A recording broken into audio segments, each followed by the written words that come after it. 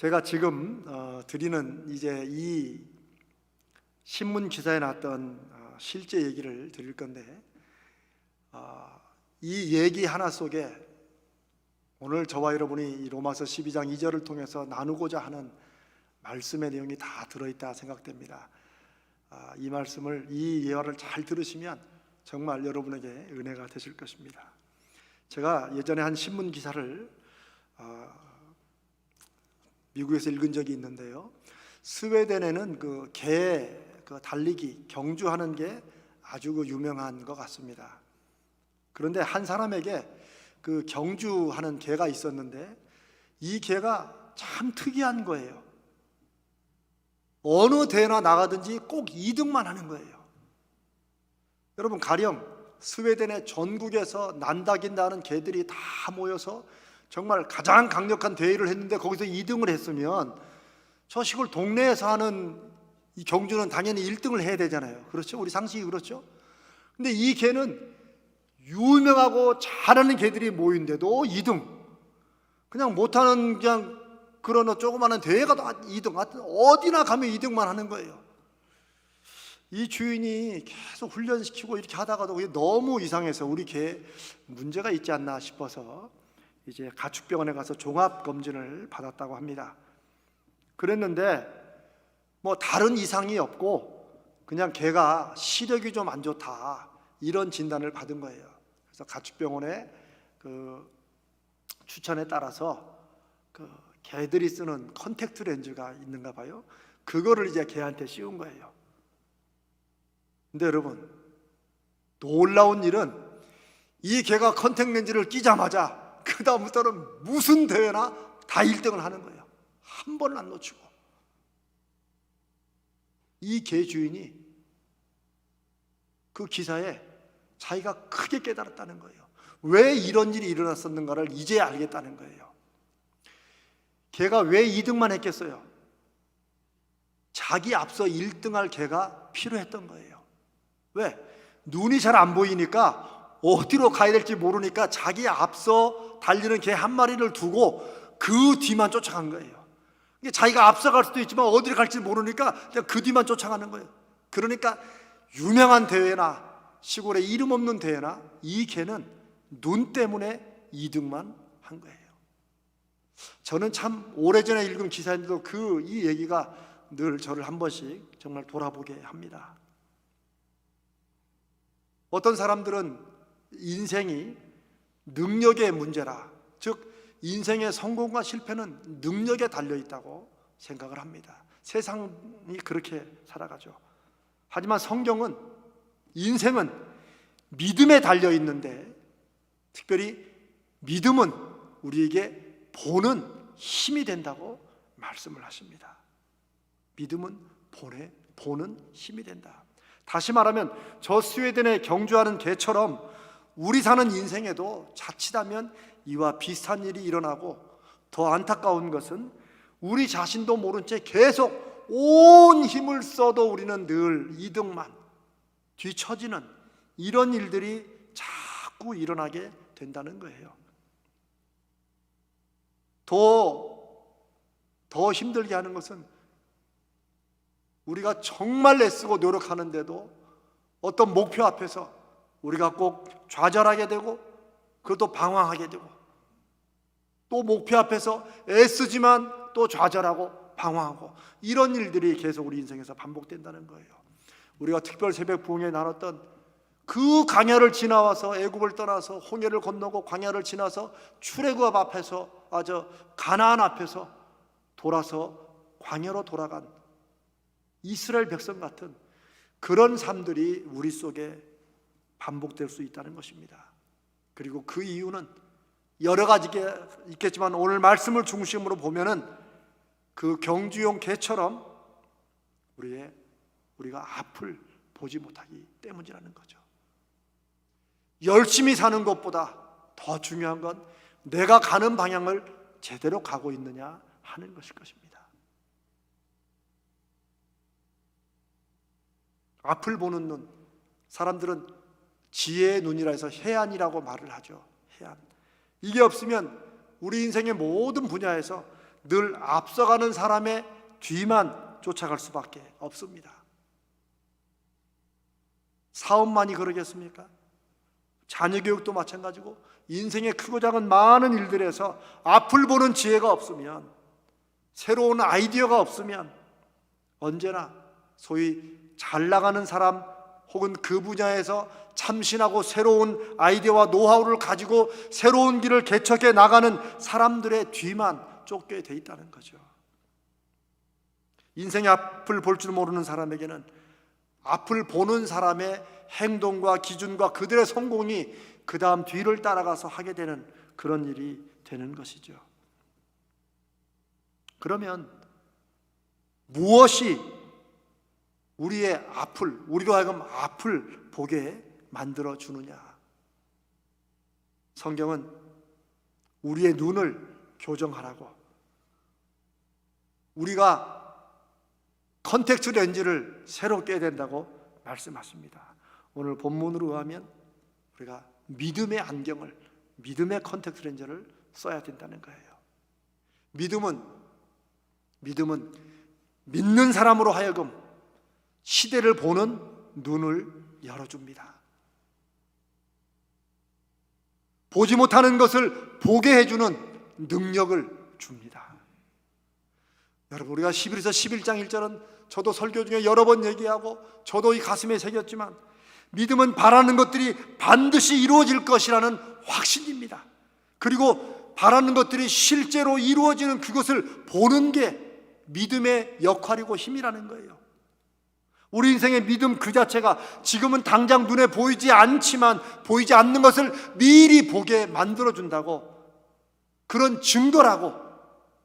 사람들은 보이지 않으면 없는 거라고 말하지만 믿음은 보이지 않는 것을 우리에게 증거로 미리 보여주는 것이라고 히브리서 11장이, 그리고 성경의 수없이 많은 곳에서 믿음이 우리 삶에 실제적으로 어떻게 일하고 역사하는지를 말씀해 주고 있습니다.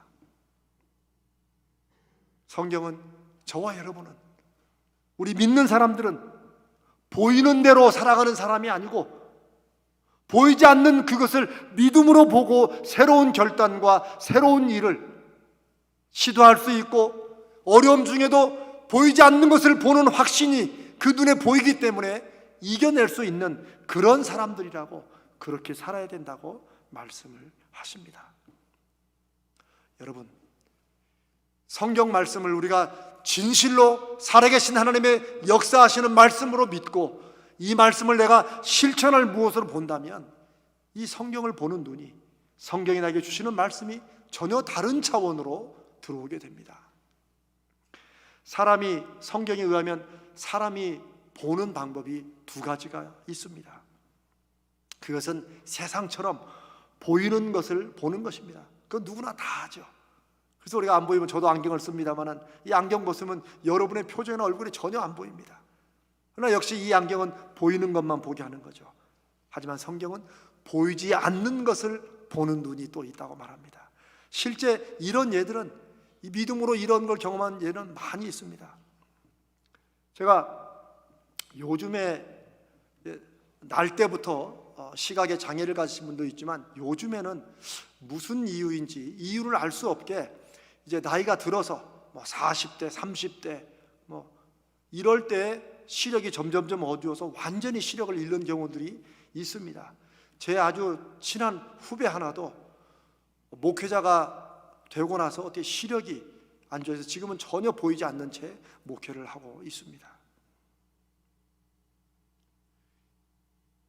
어떤 한 집사님에 관한 얘기입니다. 그 집사님도 직장생활 하는 중에 40대에 갑자기 눈이 점점 안 보여서 안과를 다니다가 한 3년 만에 완전히 시력을 잃으셨어요.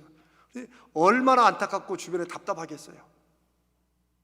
그러니까 주변에 많은 분들이 가서 보이다가 안 보이니까 얼마나 답답하냐 하면서 굉장히 측은하게 이렇게 위로를 할 때마다 이분이 해주는 얘기 때문에 사람들이 오히려 이 도전과 감동을 받고 온답니다. 그분이 뭐라고 말하냐면, 전에는 제가 보이는 것만 전부인 줄 알고 살았는데 눈이 안 보이니까 내가 봤던 것은 이제 안 보이는데 내가 못 보았던 것이 보이기 시작한다고. 그러니까 위로하러 갔던 분이, 이분이 정말 진심으로 내가 전에는 보이는 것만 보는 눈으로 살았는데 그게 안 보이니까 이제 그거는 안 보이지만 전에는 볼 수 없었던 그런 것들이 보이기 시작한다고. 그래서 자기는 괜찮다고. 사랑하는 여러분, 그렇다고 우리가 보이지 않는 것을 보기 위해서 다 우리가 눈이 실제로 안 보여야 될 필요는 없습니다. 그러나 하나님이 때로는 어떤 사고나 어떤 변이나 이유 없는, 알 수 없는 무엇을 해서 눈이 안 보일지라도 하나님은 더 풍성한 세계를 보이게 해주시는 그런 경험을 하는 믿음의 성도들이 있다는 사실입니다. 그런데 왜 우리는 그러면 왜 보이는 것만 의지하며 살고 성경이 보이지 않는 것을 보는 그런 질이 있고 그걸 열어주는 게 하나님을 믿는 믿음이라고 말하는데 왜 우리는 그것을 정말 그럴까? 왜 내 인생에는 보이는 것만 남들처럼 보고 살아갈까? 이런 질문을 던지지 않고 살았을지 저 자신에게도 그것을 한번 되물어 봅니다. 눈에 보이는 것에 의해서 사는 것은 누구나 할 수 있는 일입니다.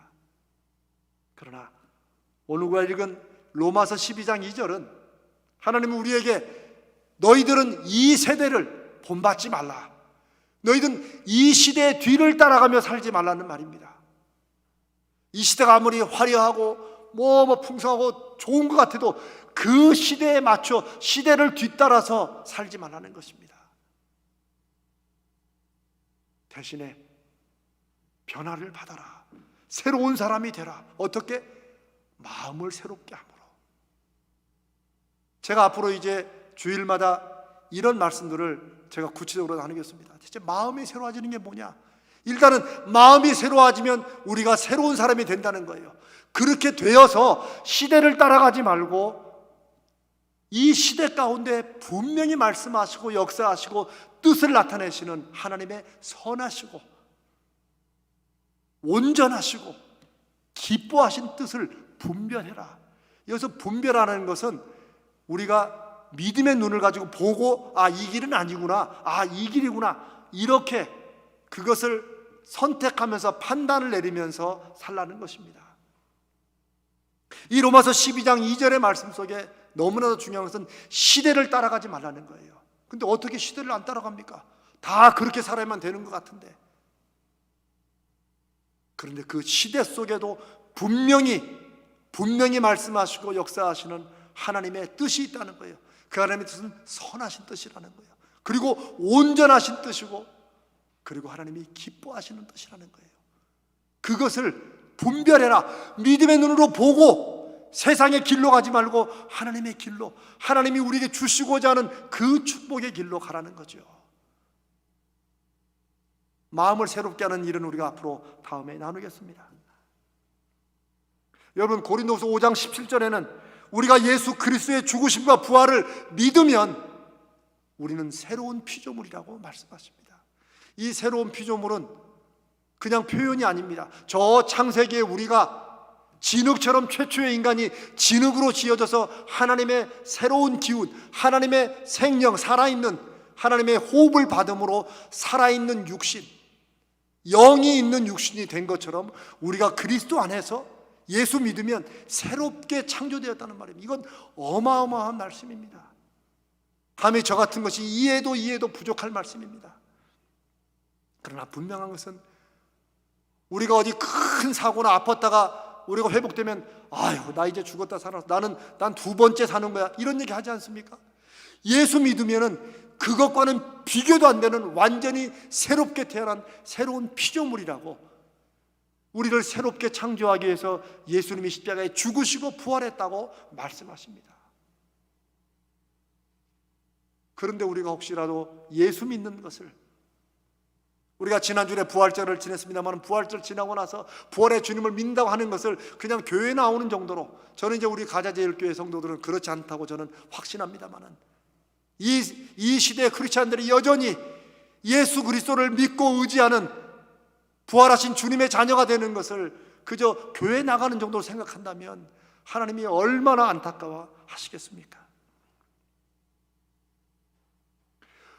성도는 새로운 피조물이 되어서 하나님이 지으신 새로운 사람이 되어서 보이지 않는 것을 보고 보이지 않는 것을 증거로 붙잡고 살아가는, 눈이 있어도 보지 못했던 것을 이제는 보는 그런 사람들이라고 성경은 말씀하십니다.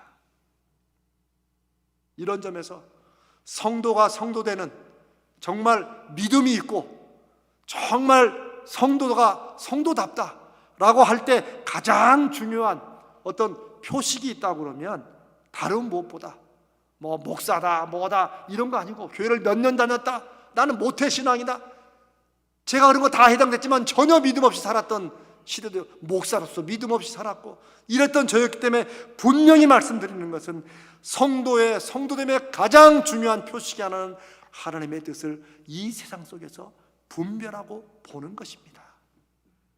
그게 믿음을 가진 사람들의 특권이고 힘이고 그게 능력입니다. 영적인 통찰력을 갖는 것입니다.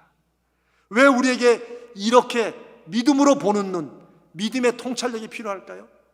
여러 가지가 이유가 있겠지만 우리가 사는 이 시대는 갈수록 가짜가 진짜 같고 진짜가 가짜 같이 그냥 무시당하는 그런 시대입니다. 여러분 그렇지 않습니까? 제가 오래전에 미국에 있을 때 그 어떤 목사님이 미국에서 이제 은퇴하시고 사역을 마치시고 은퇴하시고 미국으로 이제 그 딸네 집에 오신 목사님이 계셨어요. 저희 마침 가까운 근처에 살고 계셨는데 그분이 저한테 한 번은 이제 그런 얘기를 하시는 거예요. 아유, 이 목사, 내가 그 한국에서 같이 신앙생활했던 그 어떤 성도님이 미국으로 그분도 이민 오셔가지고 내가 만났는데 너무 반가워서 그분이 이제 그 화분을 하나, 정말 귀한 화분이라고 목사님께서 화분 하나 선물했대요. 그래서 그 성도의 마음도 그렇고 정말 이 외로운 이민 생활에 또 그런 만남이 귀해서 그 화분을 애지중지하고 정말 6개월을 물 주고 막 이렇게 했다는 거예요. 다 창가에 두고. 근데 이 목사 그게 가짜야 그러더라고요. 아니 그 화분이 얼마나 진짜가 됐으면 모르겠습니다. 이 목사님이 눈이 안 좋아서 그런지 모르지만 아무래도 6개월을 창가에 내놓고 물 주고 했는데 이게 나중에 우리가 가짜라는 거예요. 하긴 그렇죠. 6개월 동안 꽃이 하나도 안 변하면 그거 좀 이상하죠. 저는 그 얘기 듣고 엉뚱한 생각이 들었어요. 야, 나도 그런 화분 하나 가졌으면 좋겠다. 그러면 물 줄 필요 없이 늘 꽃이 진짜처럼 보이게 될 거 아니에요. 뭐 이런 엉뚱한 소리는 여러분 잊어버리십시오. 그러나 정말 눈으로 보는 것만으로 진짜와 가짜를 구분하기 힘든 세상에 살고 있습니다. 아니 세상은 오히려 사람들의 눈을 속이려고 가짜인데 진짜처럼 만드는 이런 것에 힘을 쓰는 시대가 되지 않습니까? 인생의 방향도 마찬가지고 우리가 뭔가 물건을 사는 것도 마찬가지입니다. 짝퉁도 얼마나 기막힌지. 그래서 짝퉁 가방을 구분하는 것은 비 올 때 알아본다고 그러잖아요. 알죠? 예, 진짜는 비 오면 이렇게 들어가는데 가짜는 이렇게 올라간다고 하잖아요.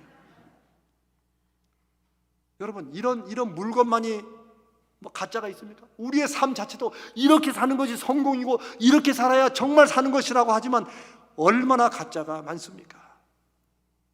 하나님 말씀 우리에게 진짜 삶이 무엇인지, 이 삶이 전부가 아니고 이후에 영원한 삶이 있다는 걸 말씀하시는데 우리는 이 세대를 본받아서 하나님 그래도 이 시대에 저것도 중요하니까 아무리 가짜라도 저것도 좀 주시라고 매여 살 때가, 우리 인생을 허비할 때가 얼마나 많으냐는 것입니다. 그래서 하나님은 우리에게 믿음의 통찰력이, 믿음의 눈으로 보는 게 하나님의 선하시고 온전하시고 기뻐하시는 뜻이 무엇인지를 우리가 분별하는 믿음의 눈을 가져야 된다고, 그래야 이 시대를 본받지 않을 수 있다고 말씀을 하십니다. 믿음은 우리가 보는 것을 바꾸는 힘이 됩니다. 어떤 분은 제가 보는 것을 바꾸는 힘이라고 전에 말씀을 하니까 그분이 자기도 그래서 주일마다 뭘 계속 본대요. 봤더니 여러분 뭘 보는 줄 아세요? 주보에 그분은 딱 설교 시작하면 딱 앉아가지고 펜을 꺼내가지고 주보에 오자 있잖아요. 오자 탈자 거기에 동그라미 칩니다. 빨간 거로 이렇게. 그래서 끝나고 나가면서 사무실에 오늘 이렇게 틀렸습니다 라고 주고 간다고. 이야, 참 믿음으로 보는 건 그런 걸 보는 게 아니지요. 진정한 믿음은, 우리가 진정한 믿음으로 하나님이 살아계시고 역사하신다는 그것을 정말 확신하는 믿음으로 보면 차원이 다른 것을 보게 되고 전혀 다르게 보게 되는, 그것을 우리가 경험하고 그 경험으로 우리의 삶을, 시대를 본받지 않고 시대를 앞서 가야 됩니다. 사실 여러분, 사람과 사물을, 내가 지금 겪고 있는 문제나 어려움들을 내가 어떻게 보고 받아들이냐에 따라서 그것에 대한 대응도 달라지고 결과가 달라지는 것은, 이건 굳이 성경이 말씀하지 않아도 이미 세상 사람들도 다 아는 길입니다. 그런데 안타까운 것은 그들은 그렇게 살아가는데 정작 그 말씀을 하신 하나님을 믿고 살아계심을 의지한다고 하면서도 우리는 여전히 사람들의 그 뒤를 따라가듯이, 마치 우리가 처음 그 말씀을 듣거나 모르는 것처럼 이렇게 살아간다는 것이죠. 사랑하는 여러분, 우리가 믿음에 따라 하나님의 말씀으로 삶과 세상과 사물을 다르게 본다면, 다르게 볼 수 있다면 그게 믿음의 능력이 되고, 그 믿음의 능력은 우리의 인생을 바꿀 것입니다.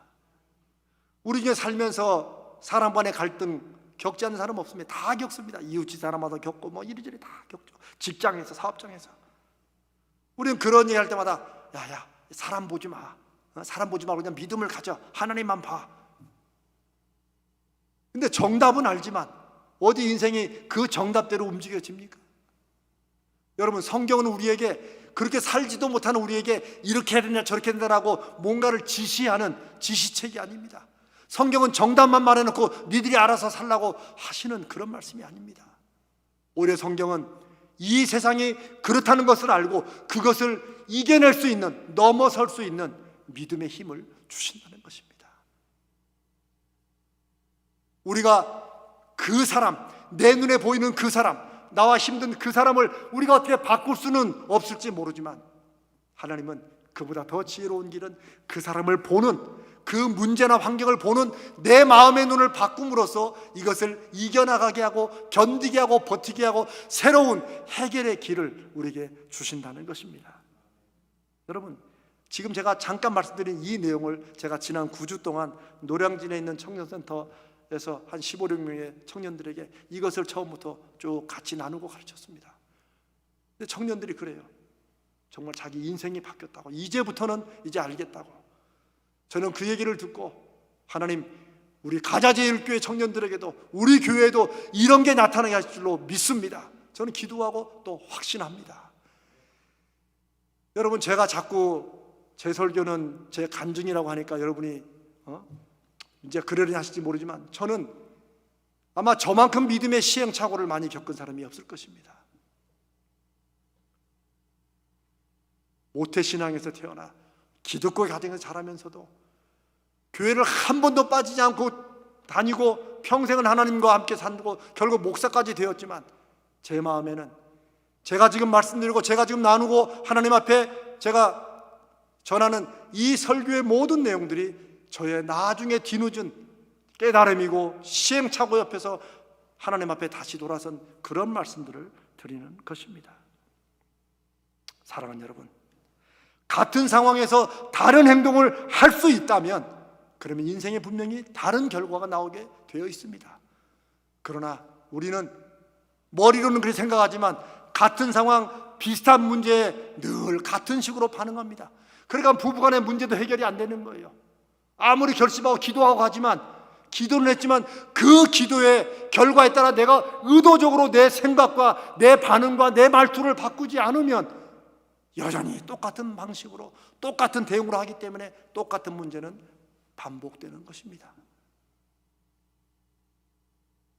다음 주에는 신령한 지혜에 대해서 말씀을 나누겠습니다만, 오늘은 믿음의 눈을 가져야 내가 못 봤던 내 자신을 볼 수 있고, 내가 보지 못했던 내 삶의 문제들이, 내 삶의 일들이 새롭게 보이게 됩니다.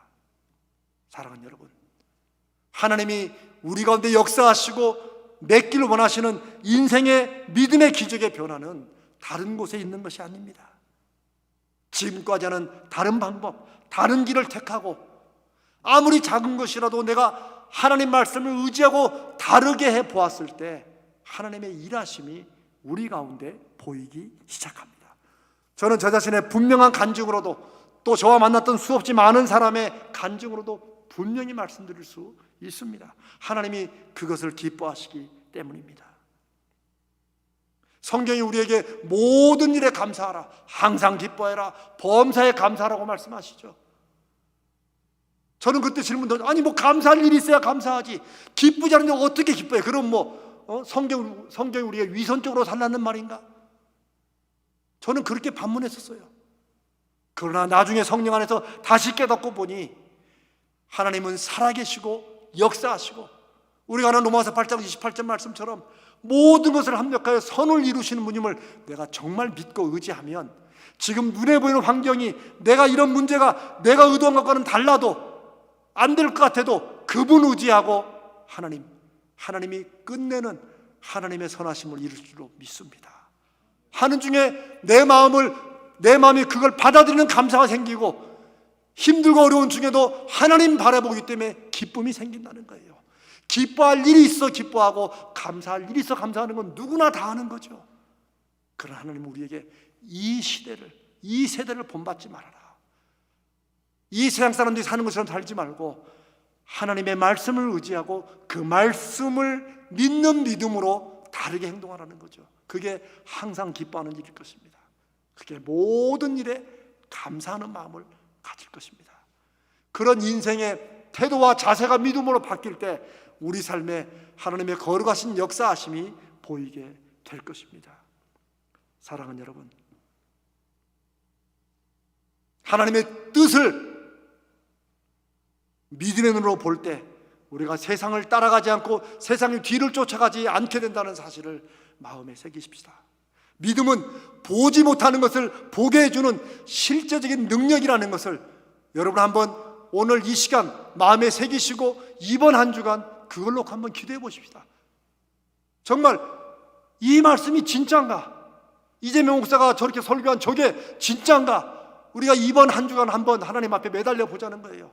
하나님, 믿음은 보이지 않는 것을 보게 하는 것이라고 성경이 말했는데 그러면 제 인생에 이런 일에 이런 제 목표에 이런 제 상황 가운데 제 눈을 한번 열어주십시오. 믿음으로 한번 열어주셔서 다르게 보게 해주십시오. 다르게 열매 맺도록 인도해 주십시오. 한번 실천해 보자는 것입니다. 사랑하는 여러분, 앞을 보지 못하면 어디로 가야 되는지 알지 못하기 때문에 저 스웨덴의 개처럼 앞에 가는 사람을 뒤를 따라갈 수밖에 없습니다. 그러나 오늘 하나님의 사람들에게 하나님은 그렇게 이 시대를 따라서 세대를 본받고 따라가지 말아라. 어느 시대나 분명히 있으신 선하시고 온전하시고 기뻐하신 하나님의 뜻을 눈으로 보고 분별하면서 그렇게 살아가라. 이게 하나님이 로마서 12장 2절과 성경 말씀을 통해 믿음이 얼마나 실질적인 힘이고 능력인지, 믿음의 사람들이 이 세상을 억지로 그렇게 의무로 살아야 되는 것이 아니라 우리 가운데 역사하시는 성령의 은혜로 그렇게 살 수밖에 없고 그런 열매를 맺게 되는 하나님의 은혜에 붙들림 바 된다는 것을 하나님은 우리로 경험하기를 원하십니다. 이제 한 주간 한 주간, 이번 주간에는 주여 믿음의 눈으로 보게 해주시옵소서. 주여 믿음의 눈을 열어주시옵소서. 이 기도와 여러분의 하나님의 역사하시는 경험을 갖는 이번 한 주간 되시기를 주님의 이름으로 축복합니다.